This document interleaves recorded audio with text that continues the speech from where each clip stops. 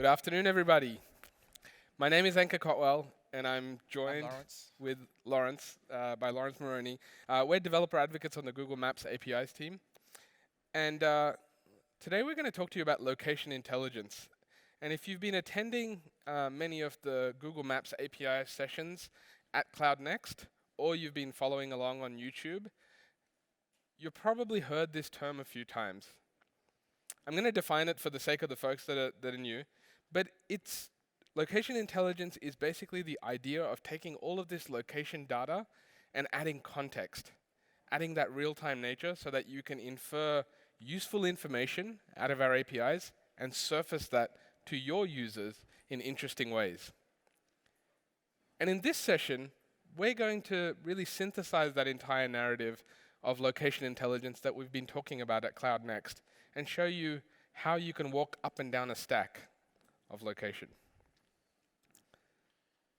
So first I'm going to start off with a very brief history lesson. And that's the fact that it wasn't that long ago, just over a decade ago, that we were using paper maps, right?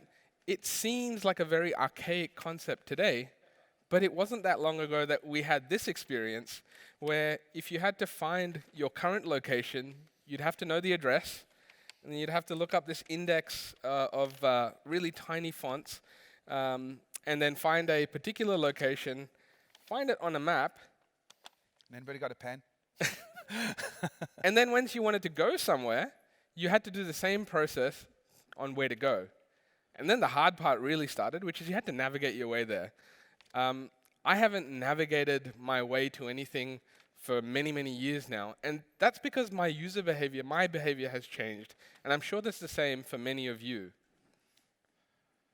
When we moved into the digital world, there were a number of companies that had that audacious goal of mapping the world. And of course, Google was one of those. But as our smartphones got richer and richer, again, as our user behavior has changed, I'm going to give you a simple example of a user behavior that changed. When you were using those maps and you needed to move across to the next edge of that page, you used to actually have to find the page to jump to. Do you remember the map books, right? You think about our experience today, we just swipe one left. of the state and one of the city, right? Yeah. You just now swipe left or right, and we have that seamless connected experience. That's an example of a behavior of ours, a fundamental behavior that changed, and our expectations shifted. And so as we started to have smartphones that were well connected, we started to demand seeing more of the dynamic world, right? Having that information come to us. So I gave you an example about navigation and how hard it was already to navigate from point A to point B. That was at least a static route, a static route.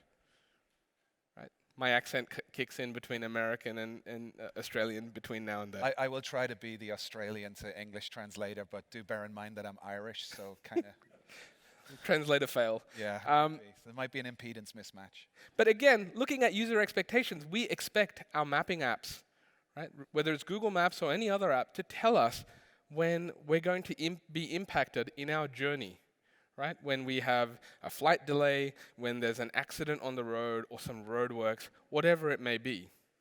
And the way we're trying to overcome this problem is by having more and more sensors, more connected devices. And we're starting to see that with IoT devices, right?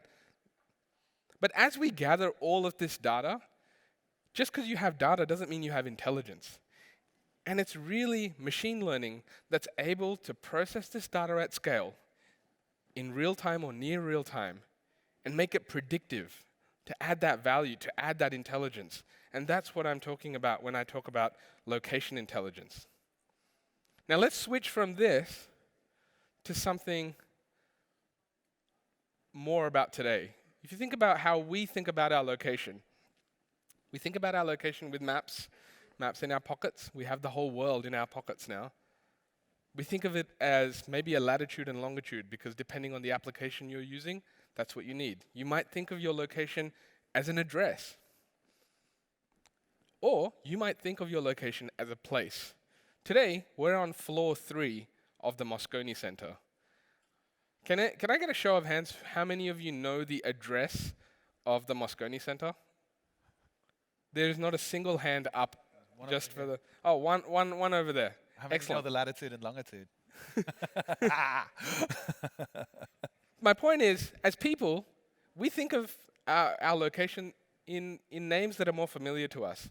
You might know your address, the address of your house. I hope you do. And you obviously probably know the address of your workplace. But generally, other sort of temporary places we visit, we don't think of our locations in addresses or latitude and longitude. But those latitudes, longitudes, addresses, and places, they all have their place when we use them in an API context. And navigating across those, serving our users' needs across each of those is really important and not always easy.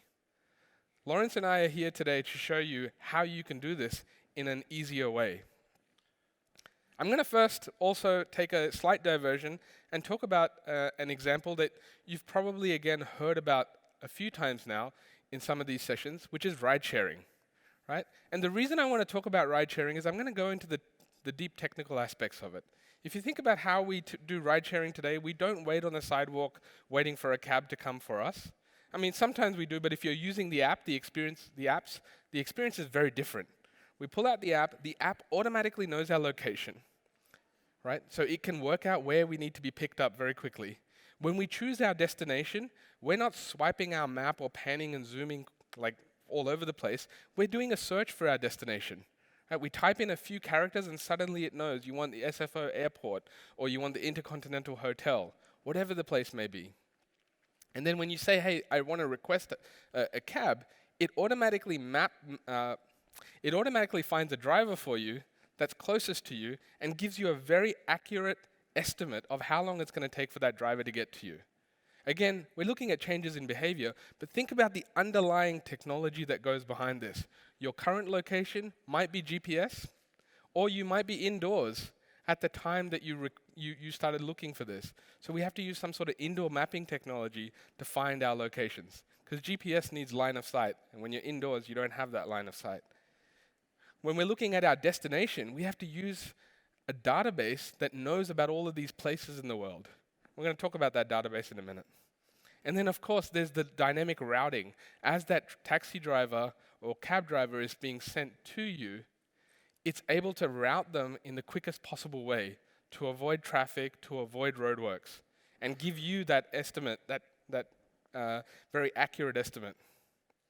So it's really, really important to be able to walk across this stack of understanding the driver's location and the user, the passenger's location. So we're really on the cusp of this revolution around location intelligence. And what it's enabling us to do is power many, many use cases in how you can bring our Google Maps APIs together. Location intelligence is revolutionary. We just talked about ride sharing as an example. A year ago, we would not have had, actually, I'm going to talk about industries in a second, which is right here. A year ago, when we looked at the industries that our use cases were used for, we wouldn't have included gaming, right? Because whilst we had some location or real-world games, it hadn't exploded in as big a way. There was a talk earlier today about gaming, real-world gaming, and how Pokemon Go has really changed the field here. That in the last few months since Pokemon Go came out, there have been hundreds of millions of players that have gotten involved. And it's because we are now able to provide this kind of location intelligence to our users. It's not just about putting a pin on a map.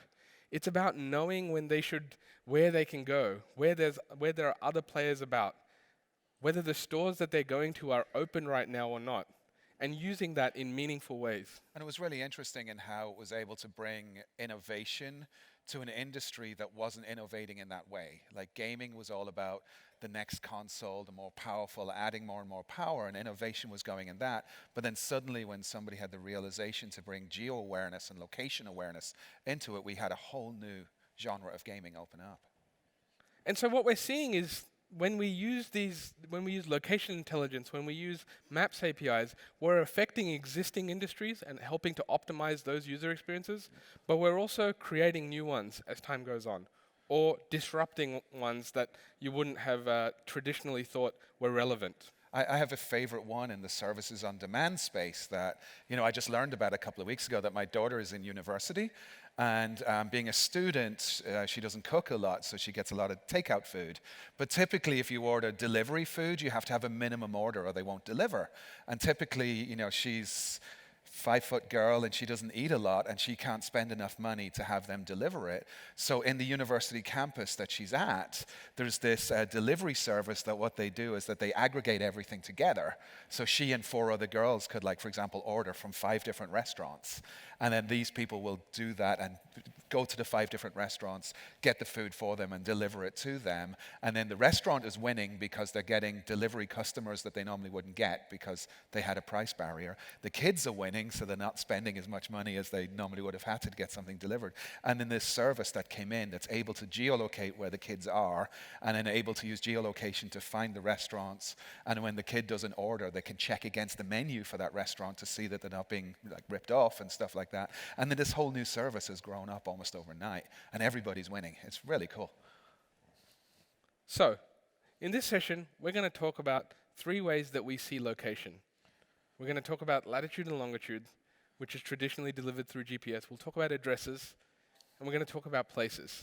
So I'm going to hand over to Laurence to take us through. Thank you. So latitude and longitude, when we think about the world that we live in, every point on the surface of this sphere called planet Earth has a location. And there's a number of different ways that you can measure where a point is on a sphere, but the most common, in our world is latitude and longitude. And so when you're doing latitude and longitude, then you can know exactly where that point is on the surface of the sphere. And there's a system called GPS in order to do that. Most of us have phones with a built-in GPS on them, and being able to access that GPS, being able to program against that GPS is pretty easy. It's pretty straightforward. So if you're using Android as an example, Android has a thing called the Fuse Location Provider. And what the Fuse Location Provider does is it brings in a number of signals from different places, from GPS, from network signals, from sniffing networks. If you're at my session earlier on, you saw I had a little robot that was doing that. From beacons, cell towers, geofences, lots of other things like that, lots of other sensors that it fuses all of this together to give you the best estimate of where you are. And GPS is one of the signals into that. If you're an iOS developer, the core location APIs do the same thing. They allow you to access the GPS on the phone so that you can, get a sense of where you are, latitude and longitude-wise. But as Ankur mentioned, you don't always see the GPS. You might be indoor, or you might live in a big city like New York City, where the canyon effect of the skyscrapers can block your access to the satellites so that you can't get a good read on where you are. So other signals such as beacons and Wi-Fi and all that kind of thing are available. So you can get your latitude and longitude, and you can see as accurately as possible where you are on the surface of the planet at this moment in time. Now for programming, so on Android it's very, very simple. On the Fuse Location Provider, it fires an event called onLocationChanged. And onLocationChanged has an object called location. And guess what? 2 of the properties of this are latitude and longitude that you can get by calling the getLatitude and getLongitude methods. So pretty easy if you're an Android developer to be able to get the lat-long of your current location or of your device's current location.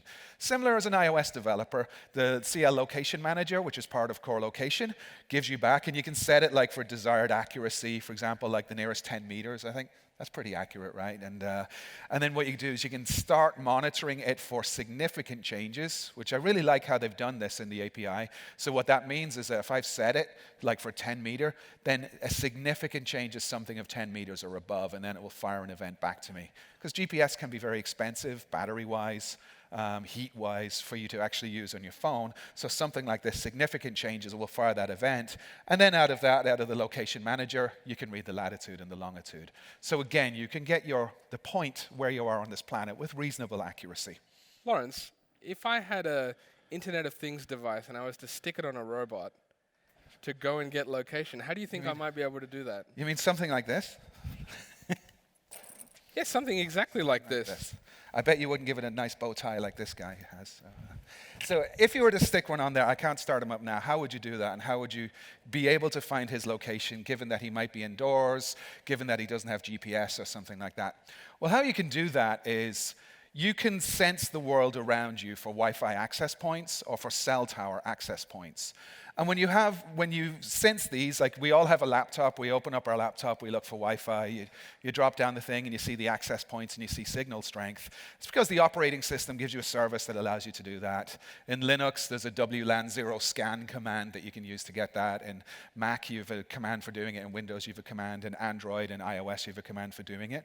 And what that will do is it'll give you a list of access points and the actual relative signal strength at that access point. Now, if you're doing that, then you can start doing interesting stuff to triangulate it, because there's a formula that if you know the strength of the signal from an access point and you know the frequency at which that access point broadcasts, like 2.4 gigahertz or 5 gigahertz, you can actually calculate the estimated distance between you and that access point. There's a few things that can throw it off, like for example, 2.4 gigahertz wireless. The signal in a 2.4 gigahertz wireless tends to get absorbed by water, so if there's a lot of water between you and the target, then you get a lot of loss in strength. So I always say my pro tip as a Googler, if you take nothing away from this conference, if you want to increase the power of your Wi-Fi at home, if you're using 2.4 gigahertz, just ask your family to lie down, and then you'll get a much stronger signal, because the water in their body isn't going to be blocking the signal. It works every time. I've tried it. No, I haven't. So how this works is like you scan for Wi-Fi access points, and then using the formula that you can calculate upon, it will then give you the distance, the estimated distance between you and that access point. Now, if you have that estimated distance, that gives you a radius of a circle. It can't tell you where the access point is because you don't know what direction it's coming from, but you know there's an access point there, you know you're a distance from it, so from that you can draw a circle. So if you have a second access point, you can draw another circle. And if you have a third access point, you can draw another circle.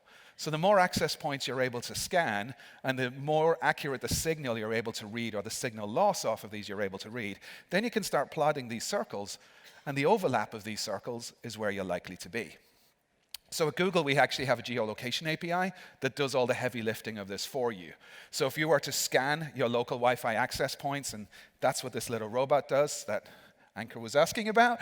So that will scan the local Wi-Fi access points. It will get their IDs that identify them. It will get the signal loss off of them. It will pass that up to Google with a simple HTTP call, so it's one of our web service APIs. And then the web service will then return a guess, a pretty good guess of where you are latitude and longitude-wise, as well as an accuracy estimation around that. If you remember that red circle on my previous diagram, it was a circle, it wasn't a point, because where all of these circles for signal overlap, it's going to give you a space, and that space is going to determine roughly where you are. So what you'll get back from this is an expected latitude and longitude, as well as an accuracy estimation. That, the most common one I've seen when I scan it, like in a suburban neighborhood, is usually about 20 meters. So it's pretty good, I think, when I drive this guy around my neighborhood when I was testing him, and I was usually within 20 meters of my actual latitude and longitude that I detected using a GPS by doing this just by sniffing the Wi-Fi signals in my neighborhood. Now, this is particularly good if in your business the type of app that you're building happens to do some sort of asset tracking and you're in locations where a GPS can't be found. And particularly, as Laurence referred to earlier, was the canyon effect. So in certain cities with tall buildings, you do lose that direct line of sight. But in those urban environments, there are a lot of Wi-Fi access points that are still able to help us reliably locate real-time movement of whatever asset it is that you're tracking. And with Anchor's Australian accent, I see the closed captioning made it the Kenyan effect rather than the canyon effect. Just if anybody's reading along. So and here's an example of how you would use that API. So here's where I've done a scan. I've gotten a couple of Wi-Fi access points. I see the signal strength off of them. When you scan for Wi-Fi, all of the APIs will give you back a signal strength. That's how your phone knows when you see the little visualization, usually of 3 bars, or your laptop knows you get that visualization. It's off of the signal strength. A good signal strength is between -30 and -60 decibels. If you're below -60, you're going to start having dropouts. If you're above -30, it's probably lying to you. And so you'll get a signal, or you're sitting on top of it. You'll get some data like this. You'll create a JSON file out of it. You'll call the backend API, and then the backend API will return JSON like that on the right-hand side. And just as an example for a device built using this, I have this little guy that I've been showing, and this is a little pet tracker. And what this has, so if you've got a tiny little dog like I do, instead of you needing a full GPS circuit to be able to see where your dog is at all times, this guy has a 2G cell, has Wi-Fi, and has a BLE. So I can find my dog wherever he is. But unfortunately, if he's lost now, he's lost because I have it in my pocket. So with that in mind, you're able to have all of these tools from GPS all the way down to, if there's no GPS available, to scan Wi-Fi, to scan cell services, to know where you are on the surface of the planet, to get a latitude and a longitude with reasonable accuracy for where you are. And that's nice, and that's all very good, but we don't live in a latitude and longitude, right? We generally live in an address. And when civilization comes to an environment and infrastructure is built and roads are built and houses are built, the way of encoding, routing something to a particular location is through an address. But addresses have existed long before Google Maps. And addresses have existed long before computers and all of these kind of things. And as a result, there's all of these wildly diverging standards of address. Right, so I live in the Seattle area, and we have like these horrendously complicated addresses. But like everybody else in the US, we have a zip code. So if you're filling something out, you got a zip code. But I grew up in Ireland, and I grew up in the UK, and over there we have postcodes instead of zip codes. And there's some encoding in the postcodes as well. Like, okay, trivia question: my zip code used to begin with the letter CF. Can you guess what city I lived in? Not many British people here. Okay, what's that? It was Cardiff, so close, pretty good. You know, because it was actually encoded in the postcode. And I think Australian postcodes are different, right? Australian postcodes are different again. Like if you look at, so in America, it's a zip code, which is fully numeric. In the UK, it's a postcode, which have got letters and numbers. Australia decided to take a little bit of both. And so we have postcodes like the UK, but we have fully numeric postcodes like the US. So there is this inconsistency. And if you're a business that has to do global delivery, you need to understand your user's address. You need to have a good way of being able to route whatever package it is to them and be comfortable that it's going to get there on time rather than get lost. So there's no letters in the Australian postcode? That is correct. So what does the postman deliver then if you've no letters? Move on, Laurence. Move on. It Told you didn't they work were during rehearsal. I don't think it works now. You know, but from the point of view as a software developer, like there's a lot of complexity in handling addresses. You know, the street names are structured differently, house numbers are structured differently. You know, when I was growing up in Ireland and I see American addresses where you've got like houses in the 35,000s, I thought I couldn't understand how a house could have number 35,000. You know, the biggest house number we had was probably 99. And, you know, so addresses are very different all over the world. It's very difficult to get them right. You know, it's very easy for an end user to get them wrong, particularly if you're typing on a phone where you got a tiny little keyboard. So tools to make a software developer's life who's building something where people enter addresses easier are paramount. And that's why we have things such as the address autocomplete in Google Maps. So as you can see here that, you know, somebody was typing in Sydney, number 1, M-A-R-T-I, and in Sydney there's a Martin Place, there's a Martin Avenue, there's a Martin Street, and there's a Martin Street in Paddington, and there's a number 1 Martin Place. So there's all of these different things, but just by typing 1 M-A-R-T-I, this person is now given the ability to pick from one of these, and then when they pick from one of them, they know that the address is going to be formatted correctly, and in this case, they're all Australian addresses, so the postcode probably doesn't have any letters in them, right? And as a result, you know, if you're building a service or if you're building an application, you know, that needs to route parcels or needs to route details or cars or people or anything, then this reduces the friction of that greatly, as well as greatly increasing the user experience, because nobody wants to build an online shopping service and then you deliver goods to the wrong people because they haven't entered the addresses correctly, right? So how do you do this? How do you build this? So just a quick example in an Android application. So there's an address autocomplete activity and there's an address autocomplete fragment. In this case, I'm just showing the fragment. Here there's a fragment, and you just give the fragment the name. I've abbreviated in the code. That's com.google.android.gms.location at the bottom. And then there's the place autocomplete fragment. You define a fragment such as this, and then you use your fragment. And when you use the fragment, the autocomplete fragment, upon the user having picked something from that list that I showed a moment ago, the set on place selected listener will fire the on place selected event. So that on place selected event will return an object called a place, And that place object then has all the metadata that you need associated with that address, including the address. But there's lots of other good stuff that's in the place that we're going to get to in just a moment. Actually, why don't we get to it right now? Yeah. So just to call out that autocomplete widget one more time, that it's available on the web, it's available on Android, and it's available on iOS. And I hope the value is really clear. It's really simple to use for a developer. You get a reliable address input that you can definitely start routing your deliveries to, or whatever it is that you need to do. And from a user standpoint, you've really reduced that friction, and you've effectively increased confidence in this service for both sides. Really, really handy. Now, here, this is a picture of a theme park.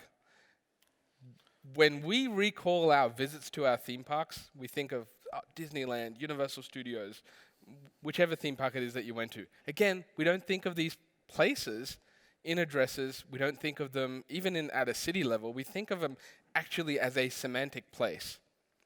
And for that very purpose, we built out the Places API.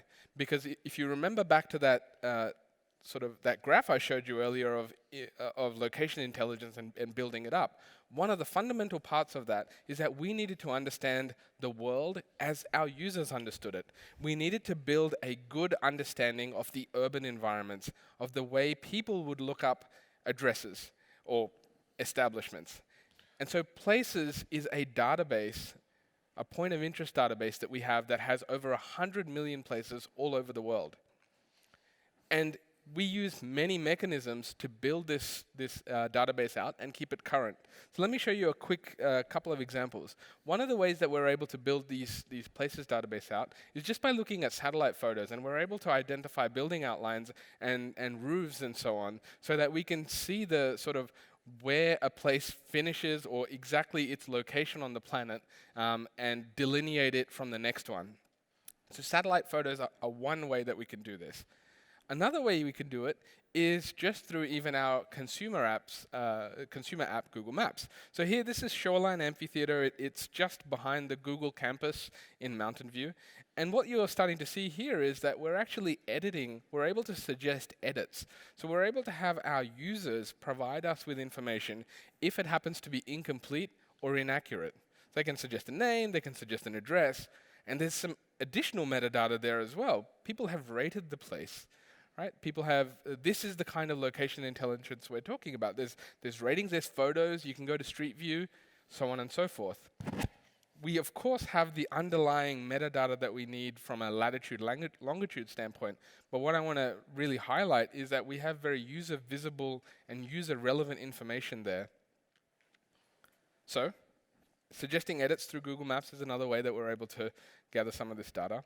We also have an API called the Google My Business API. So if you have a business, one way to get it listed onto Google Maps is to use this API. And it's particularly useful when you've got lots of storefronts. And so basically, you can go in and you can provide all of this data and keep it current. And it's, of course, every business, it's in their best interest to do so. We also rely on Google Search to provide us some of this information. So, Google Search does a really good job of indexing storefront websites to make sure that things like opening hours are current. And for those of you that might think, how often do opening hours change? It's actually quite frequently. Think about all of the public holidays that happen, when stores are closed, holiday season when stores tend to be open for longer hours so people can do their holiday shopping. This is the kind of information that does change from time to time, and the Places API is a great way to get that information. So once we have this Places database, the way that we're able to surface it is through the Google Maps app or website and through the Places API, because we want to make this information available to developers so that you can build innovative apps on top of it. Now, the Places API, it really aims to answer three things, or help with three things. One is to help your users realize where they are, to locate them. And if you look at this whole talk so far, we've been talking very much about locations. Because when a user thinks about where are they, they're not looking for a latitude, longitude. They're not looking for an address in most cases. They are literally looking for the establishment. They also want to be able to tell what is at that place. So it's great for doing some discovery ahead of time, but also discovery around them, around that particular location. The thing that ties places together is this thing. It's called the place ID. Every single place in the world has a unique place ID. And place IDs are not just unique, but they're stable, so they don't change. And if for whatever reason a business happens to close down or move, we're able to take that developer experience and keep it actually really strong. So if a business was to move locations, we will still return you results for the new place based on its old place ID, and we'll give you an updated place ID as well. And of course, with places, the other advantage is that it has global coverage. Now, when we think of a place, it's any number of things, right? It could be something as simple as like road segments, an address, or even shops. So cafes, bars, libraries, schools, places of worship. In fact, in Moscone Center, we're able to even tell you the difference in places between level 2 and level 3. And you can start to see some really interesting use cases. Places help us solve that indoor mapping problem, right? Because with indoor mapping, you don't have GPS to rely on. So you get a very inaccurate latitude, longitude. Even addresses are somewhat limited when you're talking about indoor mapping, because you might have the address for the mall that you're at rather than a particular cafe that you happen to be within that mall. And then some addresses can have like different layers encoded in the address. Like, there's 221B Baker Street, which we're all familiar with, right? Who knows what 221B Baker Street is? Oh, A God. few people. Great. Yes. But that's just an example, like, if you have an apartment split in two, like 221 Baker Street and 221B Baker Street, 221B is very famous, but 221 isn't quite so famous, right? So, with the ability to be able to separate into unique locations like that, then the address of 221B would be considered a separate location, a separate place. So full disclosure, I didn't know what it was, and we are going to find out because Laurence is going to tell us in a minute. I tried to get the hat, but I couldn't. Location sharing is also a very important action that users take, right? It happens a lot more often than you might realize. If you think about your day-to-day sort of conversations with your friends or your family, you could be saying, hey, where are you? I'm here. Are you running late? Yes, I'm stuck in traffic at this point. Or this particular train is running late, I'm at this station. And location sharing is also one of those things, as a developer, it's not always easy to get right. Because, as I said, there's different sources of information that you can rely on, and just providing a lat-long, latitude, longitude, or an address isn't enough. Places, however, are a much better way to actually share your location, because again, it's a semantic place. It's how we naturally think of our location. So what you're seeing here is actually our place picker, which is a UI widget that is available on Android and iOS.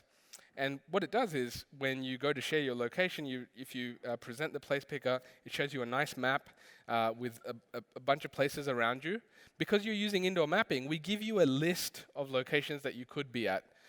And we sort that list based on the likelihood that you are actually at that place. And the example where that becomes very important, the sort order of that list, is that we're able to apply some of this location intelligence. If you're at a bus stop that happens to be close to a cafe, but you're at that bus stop at 6 p.m. and that cafe closed at 5 p.m., it's unlikely that you're in that cafe. And so we're able to dynamically sort that list in our place picker, the likelihood of places that you're at. We can change that likelihood based on real-world information in real time. Now, I just showed you the place picker, which is a drop-in element, but if you wanted to go ahead and get the place yourself programmatically, like basically show no user interface, here's some Android code on how you would do that. At the top, you can see that we call this method called getCurrentPlace, and it's part of the place detection API namespace. We also have a callback method in this, so it's an asynchronous call, but when it goes ahead and returns those places, it gives us this buffer. It's a list of likely places, and they're sorted in likelihood order. And because it's this place object, we can just look at it and get the likelihood, we can get its name, and most importantly, we can get its ID. The place ID is really, really important because it helps us retrieve this place again when we need to. So one thing I want to sort of make clear about places is, if you use places in your apps, hold on to the place ID. Don't hold on to the other details that come with the rest of the place, the name, the opening hours, the address, because that's information that could change over time. We also have some terms of service because we want to make sure that that data remains fresh in your apps. So the thing you want to hold on to, the thing you want to cache, or Cache cache in for the America, rest of us. is the place ID, because it means that you have that one point, that primary key that you need to be able to resolve to whichever place you want in a future lookup. Yep. Perfect. Now, we've just told you 3 things. We've talked about lat long, we've talked about addresses, we've talked about places. Lawrence is now going to tell you how we can bring this all together. Sure. So I like to think about it as Oh, sorry. no, you forgot. No, I missed it. My bad. So excited to get me back on I'm stage. so excited to get you back on stage. I'm going to give you a little bit more about places, and that is the kinds of information that you can get about places. So once you have that place ID and you return a place, see this information you see here from Google Maps, the actual consumer app. This is the same type of information that you can use in your own apps with the place object itself. So we have the name, we have the address, website, phone number, so on.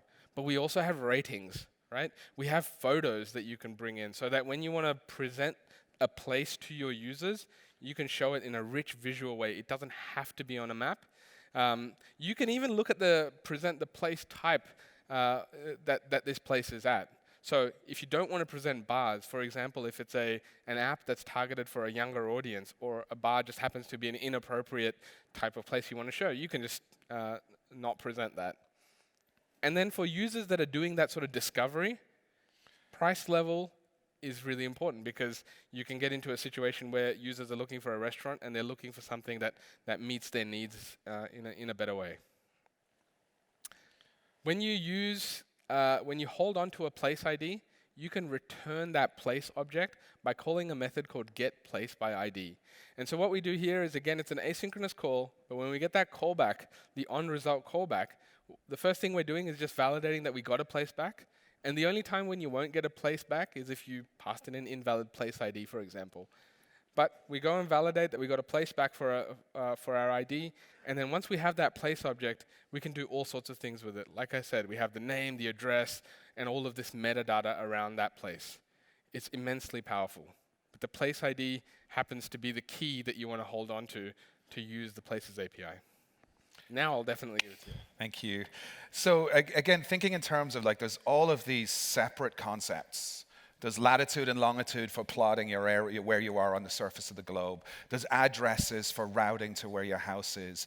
There's places, and in this case, it's a unique and distinct Google thing where we have an ID associated with a place, and we've all the metadata associated with that place. How do we make all of this work together? And we like to think about this in terms of a stack. We're developers, engineers, after all. Ultimately, everything's a stack. So, like, starting with the surface of the planet and all those points on it, to determine, to get some intelligence about those points, you need coordinates. You need to know where that point is. You need your latitude and your longitude. And as a result, we've got a bunch of APIs for that, as I showed earlier on. Like, within the operating system level itself, you've got things like Fuse Location Provider in Android, or Core Location in iOS. But then on top of this, to be able to get some intelligence, like things like the geolocation APIs, so that if you can't get a GPS signal, we have a service that you'll be able to determine where you are as a location on the planet.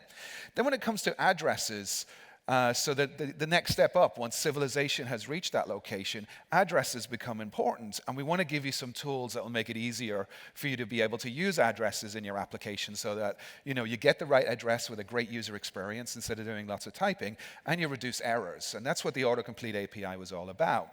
And then, as Ankur mentioned, places. And places, for me, is when it really begins to get exciting, because it's like, I want to know about the world around me, and it's hard for me to know about the world around me by looking at the numbers of a latitude or longitude, or looking at address. Sometimes the address has a famous implication, 221B Baker Street. I go, okay, I can get excited about that. But if it's like 123 Let's Be Avenue, I have no idea what that means. And as a result, then, there's place metadata that's built on top of this. So with the place metadata, I can now start seeing things such as reviews, prices, photos, and all of these things. And then once I have all of this data, and this place ID is the thing that ties it all together, then there's a bunch of other services that I can start using, such as the directions API. So like if I know a place that I want to go to, and if I know where I am, then I can get directions to go to where I want to go, and I can get turn-by-turn directions, I can get them by transit, I can get by walking, by biking, by driving, and all that kind of stuff. So I wanted to come up with an idea for a scenario where I would like bring all of these together. So have you ever traveled to a city and you knew there was something you wanted to see in that city, but you only had the smallest piece of information about it? And like you might go up to the hotel concierge and go, is there a cafe called Speedy's around here somewhere? And the concierge would have no idea. And because you just have that tiny, tiny piece of information. So I thought, what if you could build a service that builds upon all of this location intelligence and to be able to discover things like that for you, like a digital concierge, as it were. So I'm going to step through how the APIs could do that. So, you know, you've probably established by now that I'm a huge fan of Sherlock Holmes, and that's where 221B Baker Street comes from. And any of you watch the modern BBC version of Sherlock? Isn't it brilliant? Okay. Now, I travel to London once or twice a year, and most of Sherlock is filmed in Cardiff, where I used to live. But you know, when I last traveled to London, it was about 2 years ago. I was in London, and I really wanted to know where they filmed the scenes of 221B Baker Street, because they didn't film them on Baker Street, you know, because I know the area, and that's not what they filmed. So I was like thinking through, it's like, how could I figure out where these scenes are filmed so that I can go and visit it and I can geek out? So let me give an example of that. So if we switch to the laptop. Okay, so say I'm staying in a hotel in downtown London, and I've watched episodes of Sherlock, and I know where they film it. There's a cafe next door, right? And there's a very distinctive cafe, and it's called Speedy's. So whenever you're watching an episode of the TV show and you see as they're coming in and out of the house, you'll see Speedy's Cafe. And that's the only piece of intelligence I have about where this might actually be filmed. So using the nearby search API, what I can do is like, I know my latitude and longitude of where I am right now. And I say, okay, well, can I search for, say, a place in London within 10 miles of my latitude and longitude called Speedy's? So I did this search based on the hotel that I usually stay in, and it came up and it found 2 places. So if I scroll down and I take a look, it's kind of, sorry if it's hard to see, but you know, one of them was called Speedy Sandwich Bar and Cafe, and one of them was called Speedy Noodle. Okay, so now, you know, I don't think Mycroft and Sherlock are noodle kind of guys, so I figured that, you know, it must be Speedy's Bar and Speedy Sandwich and Cafe. So I thought, okay, you know, so if I was building an application to do this kind of thing, then it would give me Speedy Sandwich Bar and Cafe, and that has a place ID associated with it. And it also has like map attributes and all those kind of things associated with it. So I could call the place details for the place ID for Speedy's Cafe. And then in this place details, I get a whole bunch of rich information coming back about it. And I'm like, but say if I was building this service that somebody's trying to find something, he says, all he knows is that it's called Speedy's Cafe. Wouldn't it be cool that it says, I think I found it. Let me give you some pictures so you can verify. So a call to the place details API, you know, would give me back something like this. It would give me back a map reference. And on the map reference, it also gives me back some pictures. And here, these pictures, this was a URI that was embedded within that JSON that I just showed you. These pictures then show me this picture of this Speedy's Cafe. And this was like one of our local explorers called Eleonora who took this picture and uploaded it to it. And if you've ever watched the show, does this look like it? Does this look like the location? It does, right? And there's even other photographs, and you can see inside. And if you look closely, you can see, you know, where they filmed. And you know, as you keep going around here, you can start geeking out. You can see Sherlock getting out of his car right beside Speedy's Cafe. So yes, I found the location. All I knew was that it was filmed at a location, and there was a Speedy's Cafe there. And it's now I can go and I can geek out, and I can like go to the cafe where Sherlock and Mycroft and Moriarty, you know, drink tea and plan on conquering the world. But wait a minute. Is it open now? Well, guess what? The place details will tell me if it's open now or not. So if I go into the place details, we'll see that first of all, there's a flag that says open now equals true. That's a dead giveaway. But otherwise, it also tells me the opening hours. As you can see, as I scroll through this JSON at any particular day, it tells me when it opens and when it closes. So this is great.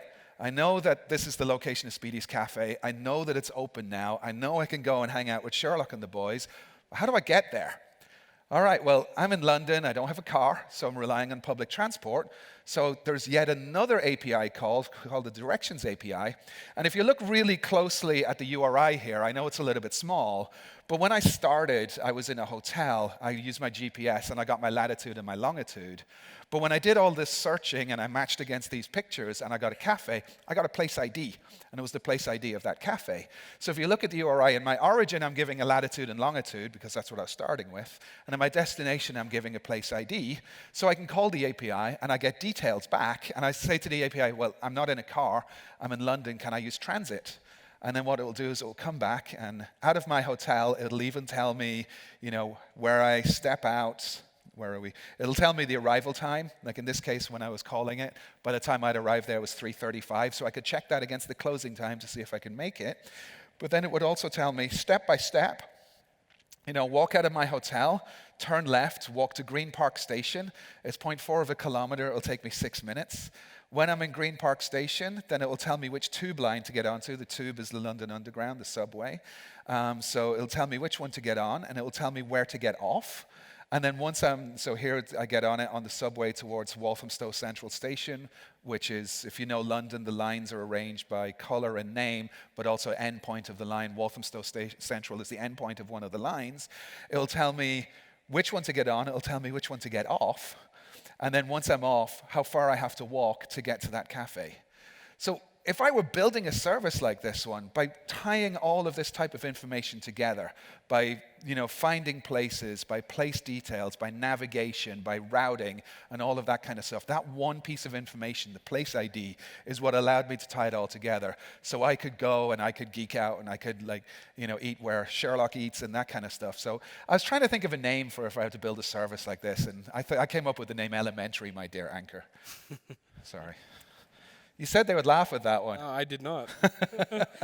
Can we switch back to the slides, please? So that's, again, if we think about all of these attributes that are available to you, all these geographic attributes from latitudes and longitudes to addresses to places to metadata about places, that if you use the intelligence of the place ID to bring all of these together, you can walk up and down the stack and you can build scenarios like I just mentioned there.